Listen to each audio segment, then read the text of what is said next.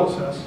I came back, I believe last spring or last winter, I came to the DDA board about serving as the Brownfield Authority Board, and there wasn't any issue with that. The City Council has established a Brownfield Redevelopment Authority. They did it back in August.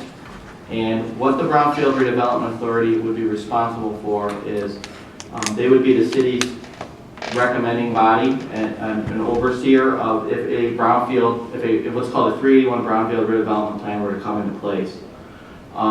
What that basically is if there was a project that was deemed a brownfield, that project, they would have to go through certain requirements through the DEQ and the Michigan Economic Development Corporation and the city in compliance with Public Act 381. And if it meets all of those projects, it would come in front of the Brownfield Redevelopment Authority for an approval. If it was recommended by the Brownfield Authority to move forward, it would go to the council for approval as well. What can be done? What can be allowed for is it's made for mitigation of brownfield sites. So if you had a site that was contaminated, there's opportunity to use your future tax increment costs for that cleanup. If there was any type of abatements needed, for example, lead paint, asbestos, things of that nature, those are eligible expenses. Also, public improvements are eligible expenses under the Brownfield Act. If the project allows for it, those are possibilities under the Brownfield Act. Excuse me, a public improvement, what does that? Public facility, public improvement, Parking parking lot. lot, things of that nature. Oh, okay. Yeah, public parking But lots. it has to be a contaminated. Site would have to be deemed, yes, site would have to be deemed contaminated. Right. Yes. I mean, if they did a site, if they did a site and there was nothing found on it, then it's not eligible. But if you did a phase 1, phase 2, and you were able to find that determine that a site was contaminated, it is available. We recognize in this city there's probably not many contaminated sites. However, I do anticipate at least one project in the next couple of years possibly coming. And the Brownfield Authority had to be established in order to be able to offer those incentives.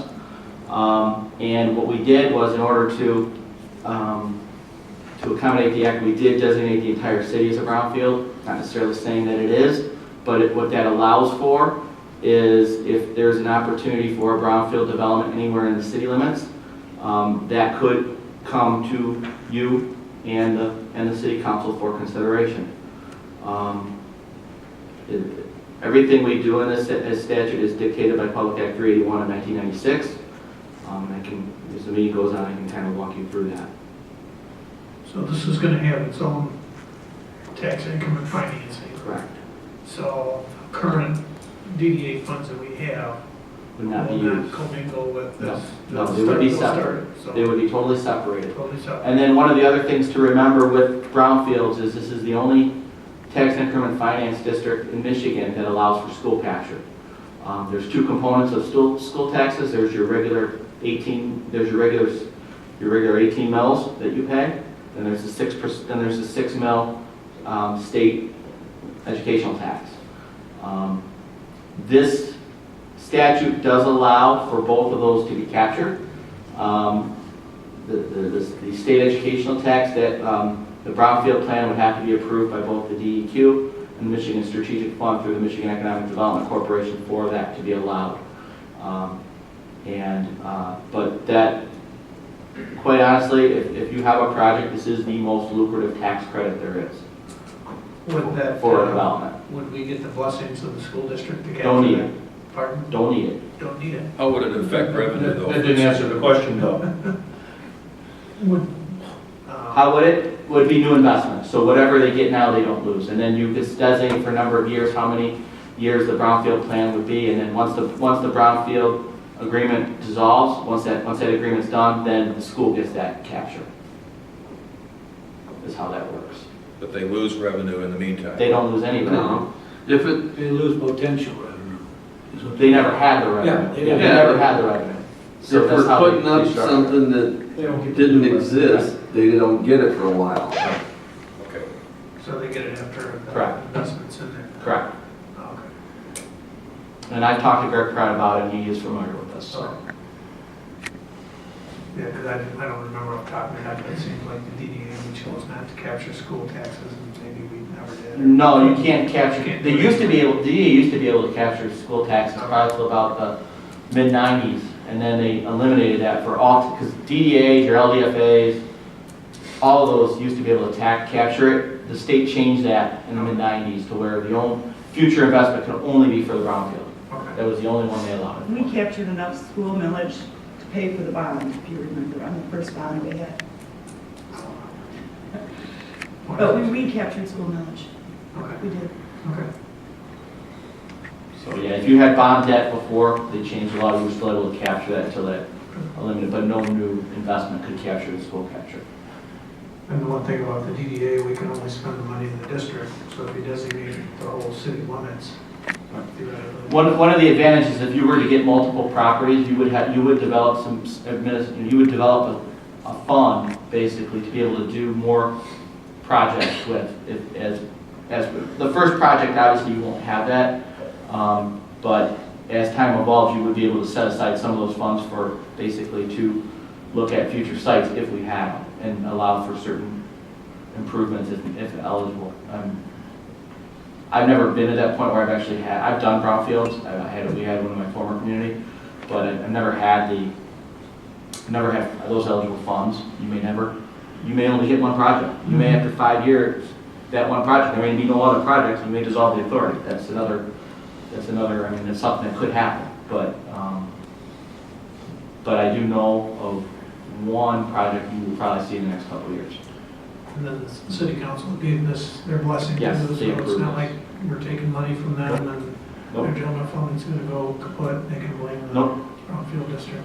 Nope, yeah, the fund, right now there's no funding for it, so, Yeah, and there would only be funding if you actually approve the project. right, and then they get some investment in that. Okay. I'm getting the feeling that we're creating this for one project at the moment. Pinpointed in the Maybe, reason maybe why we're not. doing this. Maybe not. I don't know. But They- there is one that, They probably won't come here unless we do that. right, it helps incentivize that project. Mike, you just said that at some point in time in the future, that the authority could be dissolved. But on page 3, what is that dissolution process? Because it specifically says that the board cannot recommend dissolution. I would think the city council would have to do that. I don't actually know the specifics. Do you know why the proposed bylaws would specifically state that the board could not recommend a dissolution? Just curious about that. Well, I don't know. I don't have the answer for that. But just like the council could dissolve the downtown development authority, they could dissolve anything if they wanted to. There might be a day where the DEA is extended its useful life, or they're really not doing it. The city council could dissolve it. I don't see why. Along the same lines, it says that it specifically says that the authority, the BRA authority, does not have the power to amend these bylaws or fill vacancies on the board. Maybe there's something wrong with that language. Where are you referring to? Can you point to? Page 3, section 5, committees. I know At the end of the paragraph. I know the DDA board, we don't select who's on the board, the city council, Right, mayor right, it's still appoints Right, people they- on our board, and it can take us away too. Right. Section 5. Section 5, committees, last sentence, a committee so established by the board to the extent provided in the establishment resolution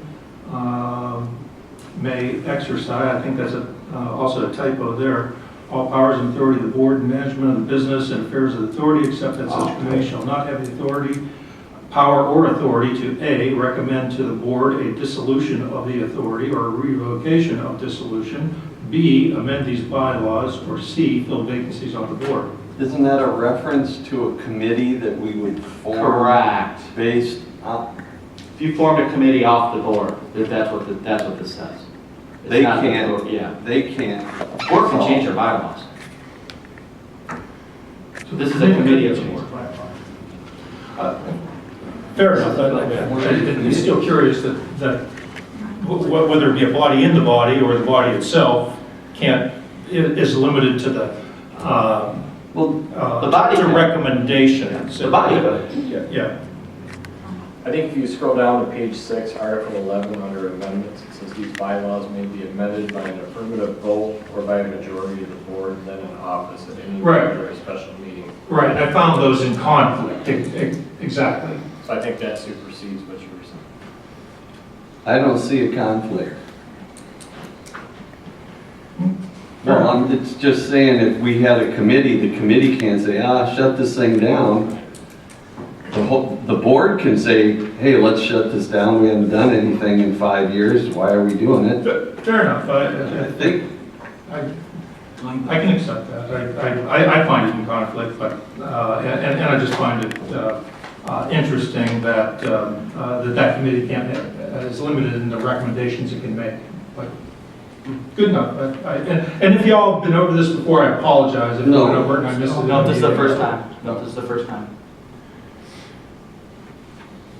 I also had a question on section 2, last sentence, neither the business to be transacted at nor the purpose of any meeting of the board shall be specified, of the meeting need to be specified in notice or waiver of notice of such meeting.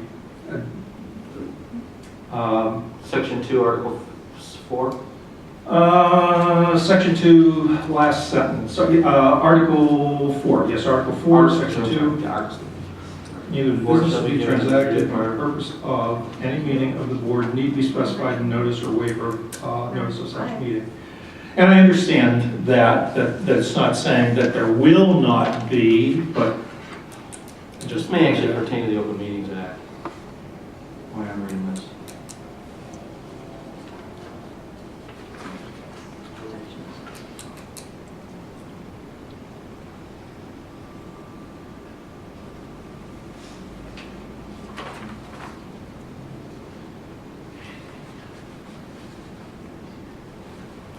I think this is something more pertaining to, this pertains to the Open Meetings Act. okay.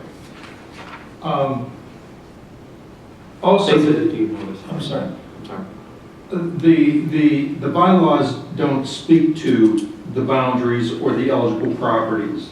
The DDA has a specific geographic area that it addresses, and the bylaws do not speak to that at all. Actually, it does in a sense. The bylaws, you're right, the bylaws do not. But if you look at Article 5, Section 1, General Powers, the business and affairs of the authority shall be managed by its board, except as otherwise prescribed by law, by resolution of the city council, or by these bylaws. In that resolution, the council designated the entire city as the Brownfield Authority. I mean, I can get you a copy of that resolution, but That's all right. What is is there a hierarchy? What is the hierarchy? Does the Brownfield Redevelopment Authority have any responsibility to the DDA? No. Okay. The DDA Act, the Brownfield Act allows for the Downtown Development Authority to serve as the Brownfield Authority. So basically, a government didn't have to put new members on a new board. The DDA, the Brownfield Act allows for the DDA to, so that is the only commingling of those two acts at all. They're totally separate and everything. A mechanism to get it Correct. staffed. Right. Exactly, can you say exactly what new authority or different authority the Brownfield Redevelopment Authority Board would have that the Downtown Development Authority does not currently have? The projects that would come to a Brownfield Authority are a DDA board can't approve a 381 Brownfield plan. Cannot? Cannot. The Brownfield Authority can. Or recommend to the council and then oversee it. Since it's tax increment financing, does that mean that if there were not a BRA, that increased tax revenue would go to the DDA, but now will not? If a project is in the DDA district and there is a brownfield plan, the brownfield supersedes the DDA.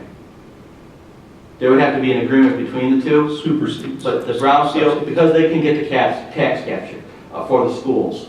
So you would have, if you had a project in the DDA district, the BRA, for the eligible expenses, they break it out for what the eligible expenses are, what the capture can be for the eligible expenses. So that portion of the revenue would go to the BRA. Where if there was new investment in the DDA district that didn't include those eligible expenses, the DDA could capture that portion of it, but they don't get the school capture.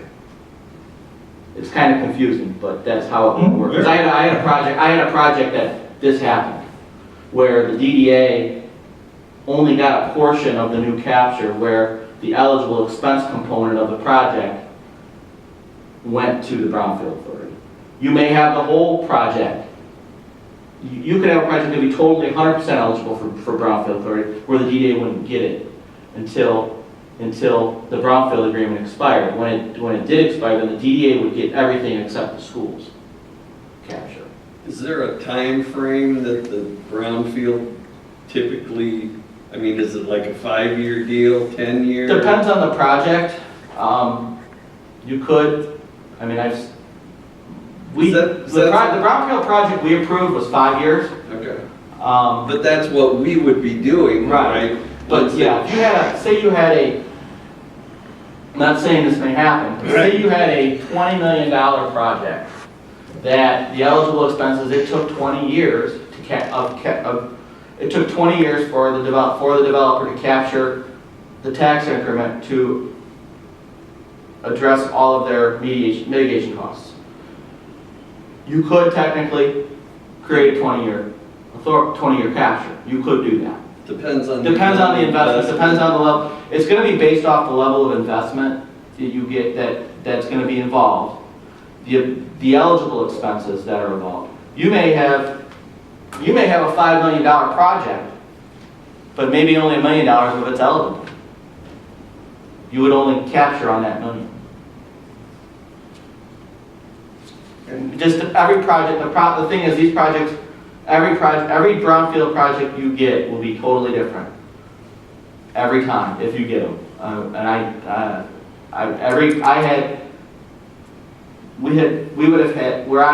My former community, we would have had we had development projects that they would have been totally different, totally had different eligible things that could be eligible. Every project that you would be totally different. So, and the statute gives you authority or gives you flexibility to work through that. In your example of $1 million remediation cost, would the board have authority to say we want to do $1 million, we're going to do that? Or Good. okay. Absolutely. And what properties then are available for TIF? Project X is dealing with this 1 acre site.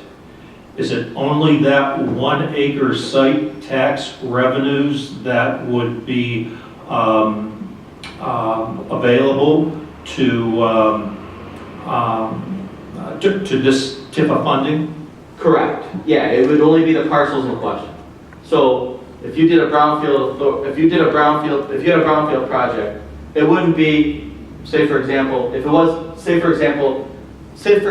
was another area of town, D&D's tax capture would not be going to it. It would only be the tax capture on the specific parcels, and that would be it. So, With the exception of the school tax capture, there's no other mechanism for for the city to offset, that's essentially what this is. It's an offset of taxes, increased taxes, to the developer. Okay? With the exception of school taxes, is there no other mechanism for the city to accomplish that portion other than building this new bureaucracy? No, this is the only option.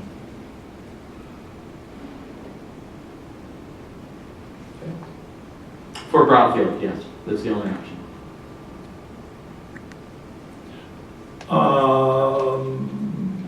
So if it were not a brownfield, developer comes in, says, I want to do XYZ project. And, oh, by the way, $1 million of it is environmental remediation. City, I'd like you to work with me on that so I can develop it. If it was not brownfield officially, city could find a mechanism to work with him on that? Probably not. Okay. That's why we created the brownfield, because we have 1 or 2 locations that may or may not, if it ever comes to fruition.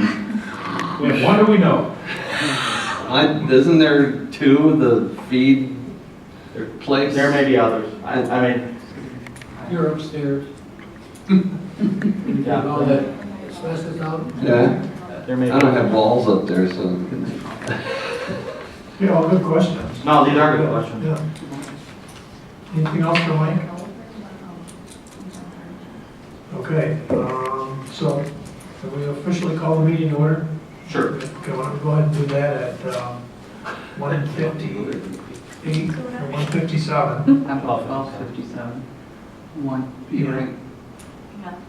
And then we need to designation of temporary recording secretary, Sue. Sure. Roll call, Sue. Board Member Yankovic, Present. Board Member Reister, Present. Board Member Larkin, Still here. Board Member Lonick, Board Member McClure, Board Member Cease, Here. Board Member Doyle and DeVore are absent, and Chair Reagan. Here. So we need a motion to approve the absence of Doyle and DeVore. So moved. Okay, is there a second? Okay, all those in favor signify by saying aye. Aye. Anyone opposed? Okay, we need a motion to pass the bylaws or review the bylaws. We already kind of went over them. I don't know if we Okay, want to go over right. again. So we need a motion to approve the bylaws. You did have that one typo in that one, for sure. Which one? It's right there, that D. Okay, all right, I'll fix that. What page is that again? Page 3. All right, I'll fix that. Okay, motion to approve the bylaws. Make the motion to approve the bylaws with the correction. Mike Larkin, is there a second? Certainly. Cliff? With the correction so noted, all those in favor signify by saying aye. Aye. Anyone opposed? Okay, election of officers.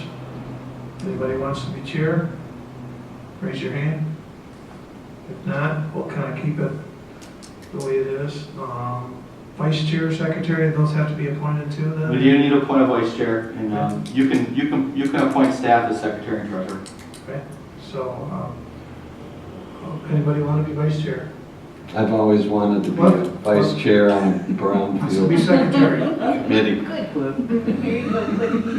Secretary. So that is the difference. Rita's got her pen out. No. Dean? No, that is the difference between DDA and Brownfield. The BRA actually is controlling the funds as opposed to the,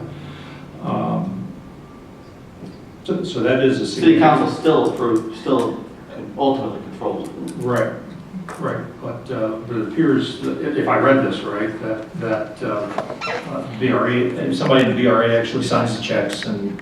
Same as the DDA. Okay. Anybody want to be secretary? And can you staff? As vice chair, I'd like to appoint Rick Cease as secretary. That's your first official act. I hadn't heard, you have that authority? It's on page 34. Clerk can still take the minutes. Treasurer? So Cease is the secretary. I didn't vote on it. Secretary, Was popular to me. April's got her hand up. I do not. So April's the secretary, I don't treasurer. She's waving it. She wants to be No, secretary. I don't want to be involved. Hey, we're not gonna have to do anything unless something. Just so you're aware, under the bylaws, the board may appoint the city of Lowell city clerk or designee as such as secretary, and the city of Lowell treasurer serves as designee as a treasurer, just so you're aware. There you go, girls. You get to keep your jobs. I should keep the chills down. Exactly. But they wouldn't be voting members. Okay, we need a motion to approve the slate of officers. So moved. Cliff, is there a second? Second. Rita, is there a discussion? All those in favor signify by saying aye. Aye. Similar executive director, Mike? I could serve as your executive Okay, director. recording secretary, Sue? Yes. And legal counsel, Dick Wynn? Yep. About a motion for that. So moved. Cliff, is there a second? Second. Rita? Although I'm confused as to which Sue. Secretary. All those in favor signify by saying aye. Aye. So one is right. Explanation and discussion regarding duties and responsibilities of the authority board. I've kind of done that already, Okay. unless you want me to go over it Establishing again. a Any more meeting- questions? No, establishing of meeting dates, same as the DDA. Yeah, I would set them on the state of the DDA, it would be as needed. Okay, as needed. However, by the new statutes that have come in for tax increment finance authorities, you would have to have one business meeting a year Okay. that we would have to publish. But we can take care of that, so. Oh, good. We just had one. Public comments, For the year. board member comments?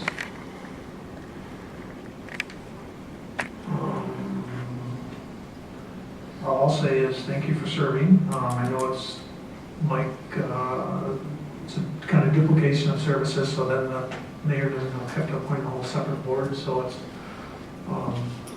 hopefully a convenience for him and the city as well as our time too. Need any other motions?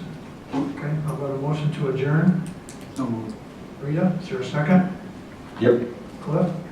All those in favor signify by saying aye. Aye. Anyone opposed can stay here. And our next meeting is November 8th. Yes. I think that's the next Thursday, next First Thursday, yeah. Next Thursday. Okay, thank you for your time.